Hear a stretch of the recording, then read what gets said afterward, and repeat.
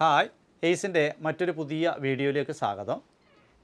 ഇന്ന് നമ്മൾ ചർച്ച ചെയ്യുന്നത് അസിസ്റ്റൻ്റ് ടൈം കീപ്പർ എന്ന എക്സാമിൻ്റെ ക്വസ്റ്റ്യൻസാണ്. ഡേറ്റ് 2025 ഒക്ടോബർ മാസം 7-ാം തീയതി നടന്ന എക്സാമാണ്. Category code 446/2023. Department assistant time keeper main എക്സാമാണ്. 446/2023. Date of test 7/10/2025. ചോദ്യത്തിലേക്ക് നമുക്ക് കിടക്കാം. ഏറ്റവും സിമ്പിളായിട്ടുള്ള ചോദ്യങ്ങളായിരുന്നു ചോദിച്ചത്. Which of the following is an adjective എന്നാണ്. താഴെ കൊടുത്തതിൽ നാമവിശേഷണ പദം എന്താണ് നാമവിശേഷണ പദം?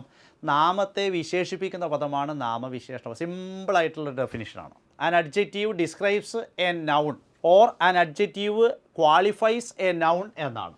ഈ വാചകത്തിൽ നമ്മളോട് ആൻസറായിട്ട് ചോദിച്ചിട്ടുള്ളത് സാഡ് എന്നതാണ് നമ്മൾ അവിടെ എടുക്കേണ്ടത്. Sad, sadly, sadness, sadden. Answer എന്താ?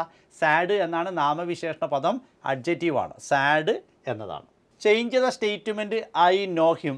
എയ്സിൻ്റെ മെറ്റീരിയലിനകത്ത് ഉള്ളതാണ് ഈ സാധനം. എയ്സിൻ്റെ മെറ്റീരിയലിനകത്ത് ക്ലാസ് മുറികളിൽ ചർച്ച ചെയ്തതായ ഒരു പ്രധാനപ്പെട്ട ചോദ്യമാണ് ഇത്. അത് അതേപോലെ വന്നിട്ടുള്ളതാണ് ഈ ഒരു എക്സാം. ഐ നോ ഹിം എന്നാണ്. ഐ നോ ഹിം എന്ന വാചകം ഒരു സ്റ്റേറ്റ്മെൻറ്റാണ്. ഈ വാചകത്തിലെ സബ്ജക്റ്റ് ഐ എന്നാണ്, നോ എന്നത് വേർബാണ്, ഹിം എന്നത് ഒബ്ജക്റ്റാണ്. ഇത് നമ്മൾ മാറ്റി എഴുതുമ്പോൾ ഈ ഹിം എന്നത് എന്തായി മാറും? ഹീ ആയി മാറും. ഹീ എന്നത് നമ്മളെടുത്ത്. ഇനി ആ വാചകം ഏത് ടെൻസിൽ? Identify the tense first. That sentence is simple present tense. ആ വാചകം സിമ്പിൾ പ്രസൻറ്റ് ആണ്. അപ്പോൾ ഐ നോ ഹിം എന്ന വാചകം സിമ്പിൾ പ്രസൻറ്റ് ആയതുകൊണ്ട് ഓക്സിലറി വെർബ് ഏതൊക്കെ എടുക്കാം? Is, am, are. അപ്പോൾ നോ എന്നത് സിമ്പിൾ പ്രസൻറ്റ് ആയതുകൊണ്ട് ഈസ്, ആം, ആർ ഇവയിൽ ഏതെങ്കിലും ഒന്ന് എടുക്കണം. അപ്പോൾ അവിടുത്തെ ഒബ്ജക്റ്റ് ഹീ ആണ്. ഹീ വരുമ്പോൾ ഹീ ഈസ്. ഇനി ക്രിയയുടെ പാസ്റ്റ് പഠിച്ചപ്പോൾ know, knew, known, know, knew, known. അപ്പോൾ ആൻസർ പ്രകാരം he is known to me എന്നാണ്. He is known to me എന്നാണ്. ബി എന്നതാണ് ആൻസറായി വരിക. He climbed dash highest mountain in the region എന്നാണ്. ഇത് ഡിഗ്രീസ് ഓഫ് കമ്പാരിസണുമായി ബന്ധപ്പെട്ട ഒരു ചോദ്യമാണ്. ഇതെല്ലാം ഒരുപാട് തവണ ചോദിച്ചത്. ഇത് സാധാരണ ചോദിക്കാറുള്ളത് Everest is the highest mountain in the world എന്നാണ്. Before the superlative word definite article is used. Superlative പദത്തിൻ്റെ മുമ്പിൽ എന്ത് ചേർക്കണം? ദ എന്ന ആർട്ടിക്കിൾ ചേർക്കണം. High, higher, highest. ആൻസർ പ്രകാരം ദ ഹയസ്റ്റ് എന്നാണ്. He climbed the highest mountain in the region എന്നാണ്. The highest. Which sentence uses a gerund correctly? അതാണ് താഴെ കൊടുത്ത വാചകത്തിൽ ജെറണ്ട്. എന്താ ജെറണ്ട് പറഞ്ഞാൽ? ക്രിയാനാമപദം. ഒരു വേർബിനോട് ING ചേർത്തിട്ട് നമുക്ക് എന്ത് ചെയ്യാം? ക്രിയാനാമപദമാക്കി അതിനെ മാറ്റാം. ക്രിയാനാമപദം. അതിനെ ക്രിയാനാമപദം എന്നാണ് പറയുക. ക്രിയയെ നാമരൂപത്തിലേക്ക് മാറ്റുന്നു.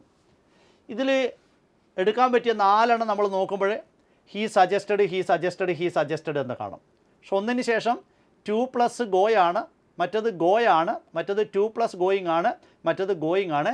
ആൻസർ പ്രകാരം he suggested going for a walk എന്നാണ്.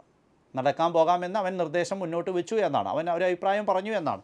സജസ്റ്റഡ് പ്ലസ് ജെറണ്ടാണ്, ഗോയിങ് ഫോർ എ വാക്ക് എന്നാണ്. He had hardly finished his meal. He had hardly finished his meal. ഈ വാചകം നെഗറ്റീവാണോ പോസിറ്റീവാണോ എന്നാണ് അറിയേണ്ടത്. നെഗറ്റീവാണോ പോസിറ്റീവാണോ? യെസ്, ഈ വാചകം നെഗറ്റീവാണ്. എങ്ങനെ വന്നു? ഹാർഡ്ലി എന്ന നെഗറ്റീവ് വേർഡ് ഉപയോഗിച്ചു. ഇനി വാചകത്തിലെ ഓക്സിലറി വെർബ് ഏതാ? ഹാഡ് എന്നാണ്. സ്റ്റേറ്റ്മെൻറ്റ് നെഗറ്റീവ് ആയതുകൊണ്ട് tag will be positive. Statement negative ആയതുകൊണ്ട് tag will be positive. Answer had he എന്നാണ്. ഹാഡ് ഹി എന്നാണ്. The antonym of the melancholy is. വളരെ വളരെ ഇമ്പോർട്ടൻ്റ് ആയ ഒരു വേർഡാണ് മെലൻകോളി എന്ന വാക്ക്.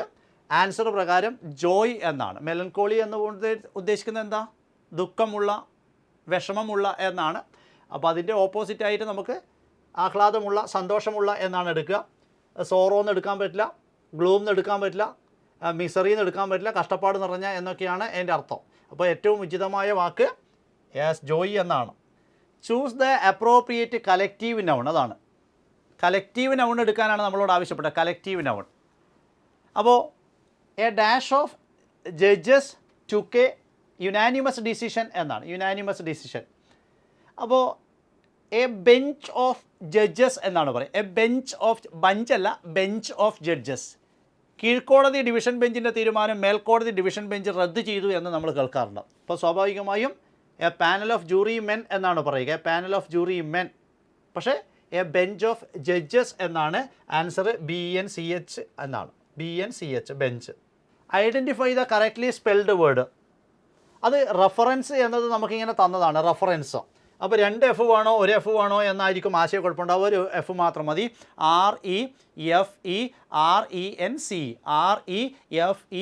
REFERENC, reference. One who is new to a profession or activity. ഇവിടെ നമ്മൾ എടുക്കാറുള്ളത് തുടക്കക്കാരൻ എന്ന അർത്ഥത്തിലാണ്. ഏതെങ്കിലും ഒരു സംരംഭത്തിൻ്റെ തുടക്കം എന്ന അർത്ഥത്തിൽ വരുന്നതാണ്. യെസ്, നൊവൈസ് എന്നാണ്, അല്ലേ? നൊവൈസ് എന്നാണ്. നൊവൈസ് ബിഗിനർ എന്ന അർത്ഥം വരുന്ന പദമാണ് നൊവൈസ്. എന്നാൽ തന്നതിൽ അമേച്ചർ എന്നുണ്ട്. അമേച്ചർ എന്നതിൻ്റെ ഓപ്പോസിറ്റ് പ്രൊഫഷൻ എന്നാണ്. അമേച്ചർ പ്രൊഫഷണൽ എന്നാണ്. അമേച്ചർ എന്ന വാക്കിൻ്റെ ഓപ്പോസിറ്റ് പ്രൊഫഷണൽ എന്നാണ്. Amateur professional. അങ്ങനെയാണെങ്കിൽ നൊവൈസ് വെറ്ററൻ എന്നാണ് പറയുക നമ്മൾ. വെറ്ററൻ വളരെ വളരെ ഇമ്പോർട്ടൻ്റ് ആണ് ഈ സംഭവം.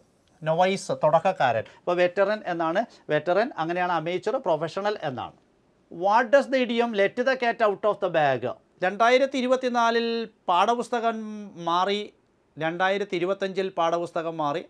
2024 10ാം ക്ലാസ്സിലെ കുട്ടികൾക്കും 9ാം ക്ലാസ്സിലെ കുട്ടികൾക്കും 8ാം ക്ലാസ്സിലെ കുട്ടികൾക്കൊക്കെ ഉണ്ടായിരുന്ന SCERT പുസ്തകത്തിലുള്ള ഒരു ഇഡിയമാണ് ഈ സാധനം. 2017 LD കണ്ണൂർ ജില്ലയിൽ ചോദിച്ചതായ സാധനമാണ്. ഇത് റിപ്പീറ്റഡായി ചോദിക്കുന്ന സാധനമാണ്. Let the cat out of the bag. രഹസ്യം പുറത്തു വിടുക. മലയാളത്തിലും ചോദിക്കും, ഇംഗ്ലീഷും ചോദിക്കും. രഹസ്യം പുറത്തു വിടുക, അബദ്ധത്തിൽ രഹസ്യം പറഞ്ഞു പോവുക. To reveal a secret carelessly എന്നാണ്. To reveal a secret carelessly. ഇങ്ങനെയുള്ള കൂടുതൽ ഇൻഫർമേറ്റീവ് ആയിട്ടുള്ള വീഡിയോസ് നിങ്ങൾക്ക് ലഭിക്കാൻ ഏസിൻ്റെ ചാനൽ സബ്സ്ക്രൈബ് ചെയ്യുക.